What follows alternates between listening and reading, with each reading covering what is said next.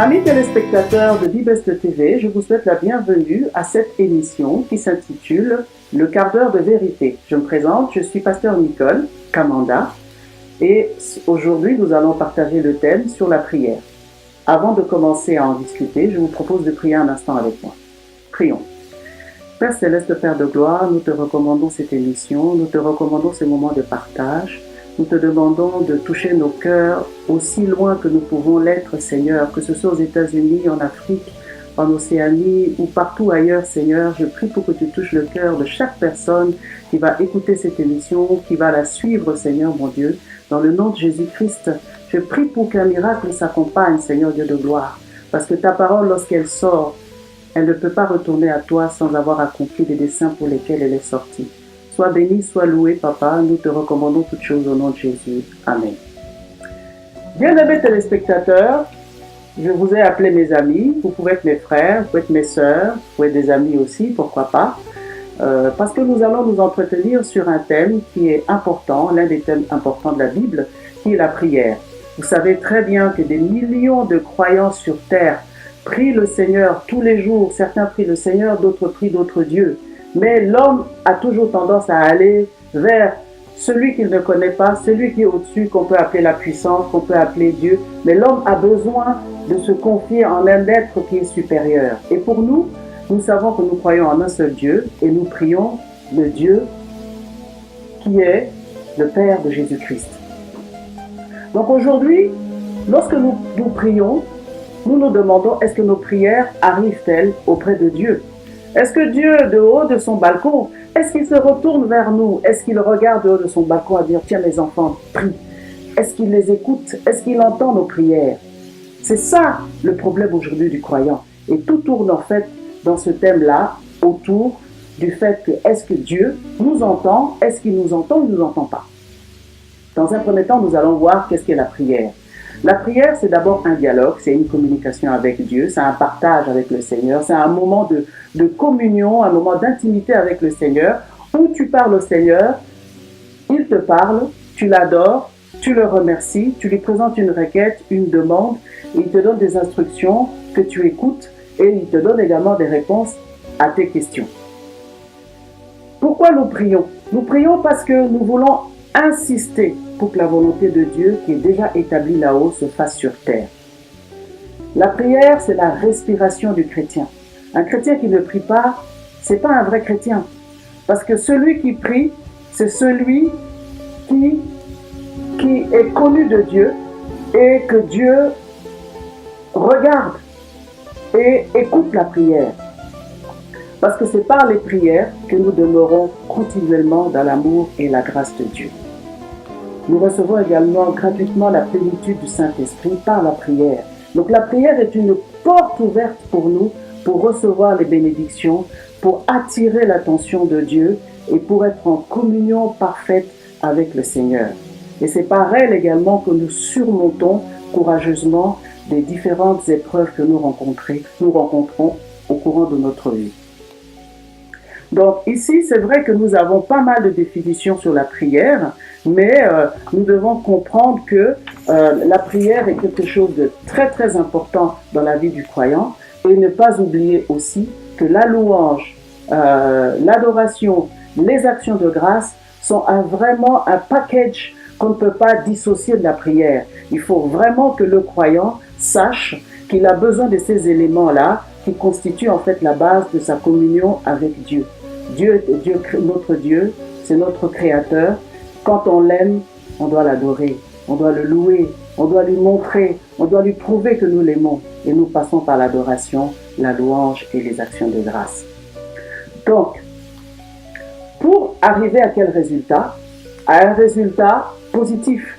C'est-à-dire, la prière crée un chemin, une route avec le Seigneur, un échange avec le Seigneur. Mais pour y arriver, il faut être persévérant. Vous savez, la persévérance a une place importante dans la prière. Aujourd'hui, les gens n'aiment pas persévérer.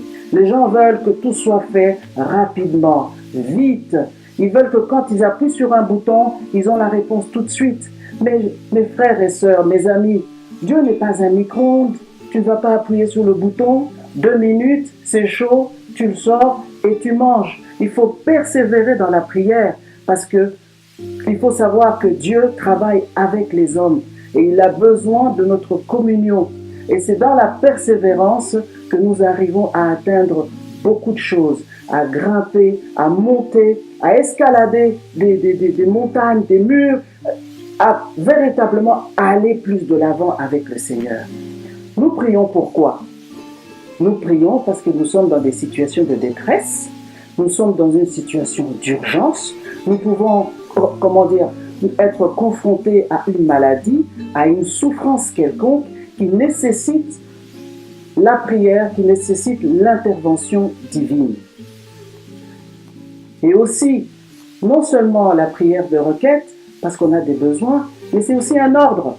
Le Seigneur nous dit, dans 1 Thessaloniciens 5, 17, il dit ceci, si je peux lire, dans 1 Thessaloniciens 5, 17, il nous dit, priez sans cesse, rendez grâce en toutes choses, car c'est à votre égard la volonté de Dieu en Jésus-Christ. Priez sans cesse. Dieu sait que nous vivons dans un monde qui est dévoyé au péché. Dieu sait que nous vivons dans un monde qui est vraiment, infesté de démons, infesté d'ondes négatives, infesté de présences démoniaques. Nous avons besoin de prier pour nous sanctifier, pour être en communion avec le Seigneur, pour être vraiment en contact avec Dieu et pour échapper aussi aux projets de l'ennemi. Vous savez bien que l'ennemi a beaucoup de projets qu'il a formés. Autant Dieu a formé des projets pour nous, l'ennemi lui aussi il se donne le droit, il s'arroge ce droit-là de former des projets pour nous détruire. Pas pour nous faire du bien, pour nous détruire. La Bible dit que l'ennemi est venu pour détruire, pour égorger, pour tuer, dans Jean 10, 10. Mais le Seigneur est venu pour que nous ayons la vie en abondance. Nous devons également prier parce que les disciples l'ont fait. Les disciples ont prié, ils ont persévéré dans la prière. On peut le voir dans les actes des apôtres. Ils ont persévéré dans la prière en attendant l'arrivée du Saint-Esprit. Alors mon frère, ma soeur, toi qui n'aimes pas prier, c'est dangereux. La prière, c'est la respiration du chrétien. Il faut que tu mets tes genoux à terre, que tu pries le Seigneur. Ta situation, elle n'est pas impossible à Dieu. Elle n'est même pas difficile. Mais il faut que tu te mettes à prier. Quand tu pries le Seigneur, le Dieu à qui tu as cru, ce Dieu-là est capable d'agir. Nous voyons également que nos aînés dans la foi ont fait la même chose. Dans la Bible, nous voyons qu'il y a des hommes qui ont prié, Daniel a prié, Paul a prié, Élie a prié, Élisée a prié. Il y a beaucoup de gens, Abraham a prié, Moïse a prié. Toutes ces personnes-là qui sont comme des icônes, des personnes qui sont, qui sont représentatives dans la parole de Dieu, pour lesquelles nous avons beaucoup de respect, ont prié le Seigneur pour obtenir la réponse à leurs prières. C'est vrai qu'il y a différentes sortes de prières, comme je l'ai dit tout à l'heure, prière de supplication, la prière d'adoration, la louange, l'adoration, il y a la prière du combat aussi, parce que nous sommes dans ce monde où l'ennemi est descendu pour nous tuer, pour nous détruire. Nous devons également effectuer des prières de combat. C'est très important, très important. Ne pas faire de choix, parce qu'aujourd'hui j'ai rencontré des gens qui font le choix. Pour l'adoration, ils adorent la Vierge. Mais quand il s'agit d'un combat la nuit parce qu'ils sont attaqués, ils pensent à prier Jésus. C'est un non-sens. C'est véritablement une erreur fondamentale. On ne peut pas adorer la Vierge Marie et pour une prière de combat, penser à Jésus-Christ. Ils ne se sont pas partagés la croix. La croix a été pour Jésus, il l'a portée jusqu'à la fin, afin de nous donner à nous la liberté, pour que nous soyons nés de nouveau, que nous soyons des enfants de Dieu, que nous combattions, mais en son nom. Toutes les prières que vous aurez à faire, vous les faites au nom de Jésus. Vous ne faites pas un bout de prière au nom de Marie et un autre bout au nom de Jésus. C'est un non-sens. Si vous connaissez quelqu'un qui prie de la sorte, dites-lui qu'il est dans l'erreur et corrigez l'erreur avec cette personne, avec douceur. Alléluia. La prière est adressée au Père au nom de Jésus. Lorsqu'on s'adresse à Dieu, on fait notre prière au nom du Père, on parle à Dieu et nous finissons notre prière au nom de Jésus, où nous pouvons commencer, Père, nous venons auprès du Père au nom de Jésus-Christ. Dans toutes nos prières sont faites au nom de Jésus. On ne peut pas avoir une prière que nous faisons, nous prions Jésus et au nom de Jésus. C'est aussi un non-sens. On ne peut pas dire « Seigneur Jésus, je te demande ceci au nom de Jésus ». Il faut prier le Père au nom de Jésus-Christ. Dans Hébreux au chapitre 11, verset 6, on nous dit que celui qui s'approche de Dieu doit croire que Dieu existe et qu'il est le rémunérateur de ceux qui le cherchent. Donc quand tu t'approches de Dieu, crois qu'il existe. Il faut que tu crois qu'il existe. Si tu ne crois pas, à quoi bon s'approcher d'un Dieu pour lequel tu n'as pas la foi? Parce que tu n'obtiendras rien. La monnaie d'échange, c'est la foi. Quand tu vas vers lui, tu crois que tu vas recevoir. Ce n'est pas la peine de faire des prières comme d'autres personnes qui prient et qui ne s'attendent pas à recevoir une réponse. Nous, on a besoin d'un Dieu, celui que je connais, celui que vous connaissez, qui, lorsque vous allez vers lui, vous vous attendez à recevoir, parce que c'est un Père. Et dans vos prières, lorsque vous priez certainement pour votre travail, pour votre business, pour vos finances, pour le mariage, pour la guérison, pour des besoins divers et variés. Et Dieu qui est là-haut écoute. C'est vrai que dans la prière modèle, quand nous regardons, lorsque Jésus-Christ a appris à ses disciples à prier, il leur a dit, voici comment vous devez prier. Notre Père qui est aux cieux. Donc c'est l'identité de Dieu qui nous est déclinée. Jésus parle bien ici, notre Père qui est aux cieux. Donc ça nous montre bien que quand nous allons vers Dieu, nous devons savoir quel est ce Dieu-là que nous prions. Paul de même fera la même chose dans le livre d'Éphésiens au chapitre 3, verset 14. Paul il dit, je fléchis les genoux devant le Père de toute famille, dans les cieux et sur la terre, tire son nom. Dans les cieux et sur la terre, tire son nom. Non, je répète. Je fléchis le genou devant le Père, de qui toute famille dans les cieux et sur la terre tire son nom. Dans l'Ancien Testament, ce Dieu-là était aussi connu.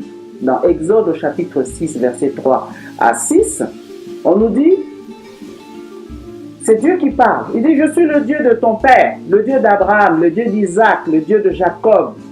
Moïse se cacha le visage, nous dit-on, car il craignait de regarder Dieu. Ce Dieu-là s'appelait Jéhovah. C'est le Dieu de l'alliance. Nous vivons sous cette alliance. Nous avons un Dieu avec lequel nous avons fait une alliance. Pourquoi tu as peur? Dans l'Ancien Testament, il s'est présenté Jéhovah, le Dieu de ton père, le Dieu de ton père, Abraham, Isaac, Jacob. Il se présente. Ce Dieu-là a une identité. Et pour nous, il a la même identité. Et quand nous lisons encore, toujours dans la Bible, nous voyons que le Seigneur montre bien que nous avons une position. Et cette position-là, c'est notre identité. Et notre identité, nous la retrouvons en Christ. Parce que dans le jardin d'Éden, nous avions perdu notre place. Nous avons perdu notre identité. Mais Christ étant venu, il a récupéré toutes ces choses-là. La Bible nous dit que nous ne sommes plus, nous sommes devenus une nouvelle création. Les choses anciennes sont passées. Parce que Christ, dans sa mort, son ensevelissement et sa résurrection, a tout été récupéré pour nous redonner une identité. Et cette identité maintenant nous permet de nous présenter devant le Seigneur sans rougir. Quand on se présente devant Dieu, Dieu voit et sait que non, ça c'est Élisabeth qui est là, elle a été rachetée par le sang de Jésus. Ça c'est Joseph qui est là, il a été racheté par le sang de Jésus. Quand tu parles maintenant, Dieu dit, je t'écoute. Quand tu cries Abba Père, la Bible, le Seigneur t'écoute. Il sait que tu es là. Il sait que tu as des choses à lui demander. Il sait que tu as des requêtes à faire. Et ce Dieu-là n'est pas sourd. Mais qu'est-ce qui empêche Dieu de nous écouter? Je vais m'arrêter là. Ce qui empêche Dieu de nous écouter, c'est dans Isaïe 59, où il dit, son oreille n'est pas trop dure pour nous entendre. Où il dit, je vais le lire, je préfère le lire comme ça. Il dit, sa main n'est pas trop courte. Dans Ésaïe au chapitre 59, je regarde rapidement. Il dit, ma main n'est pas trop courte pour sauver. ma main. La main de Dieu n'est pas courte. Mais ce sont vos péchés, vos iniquités qui vous empêchent. Je vais le lire rapidement. Ésaïe 59. Excusez-moi. Ésaïe 59.